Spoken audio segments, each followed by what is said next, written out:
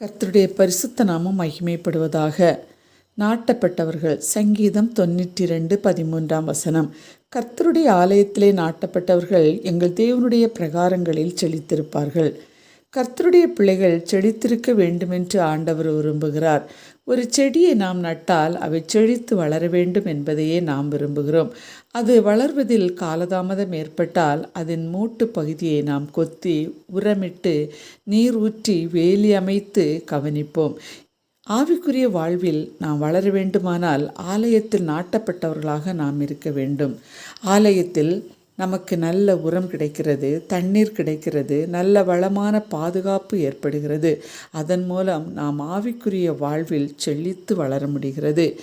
இதனை விரும்பாத சத்துருவாகிய சாத்தான் நம்மை ஆலயத்துக்கு போக விடாமல் அவரை துதித்து பாடி வேத வசனங்களை வாசித்து தியானித்து ஆராதிக்க விடாமல் பலவிதமான களைகளை நம் உள்ளில் விதைத்து விடுகிறான்.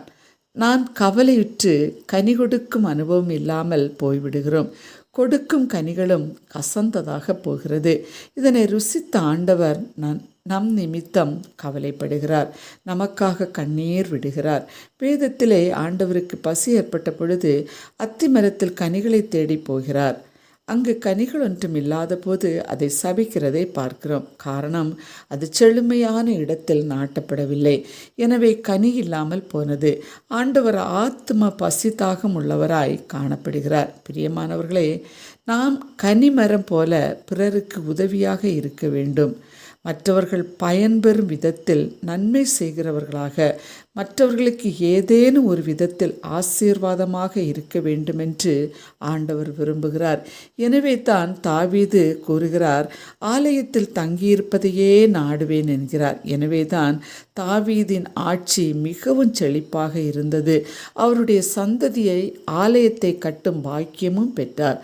பலருக்கு ஆசீர்வாதமான தேவ ஞானம் நிறைந்த நீதி நேர்மையான சந்ததியை உருவாக்க முடிந்தது. இந்த ஆசீர்வாதத்தை நமக்கும் தருவதற்கு போதுமானவராயிருக்கிறார். செபிப்போம். அன்புள்ள இயேசு சுவாமி, இந்த நல்ல நாளுக்காக உமக்கு நன்றி. நாங்களும் தாவீதை போல ஆலயத்தில் நாட்டப்பட்டவர்களாய் காணப்பட உதவி செய்யும். இயேசுவின் நாமத்தில் பிதாவே, ஆமென்.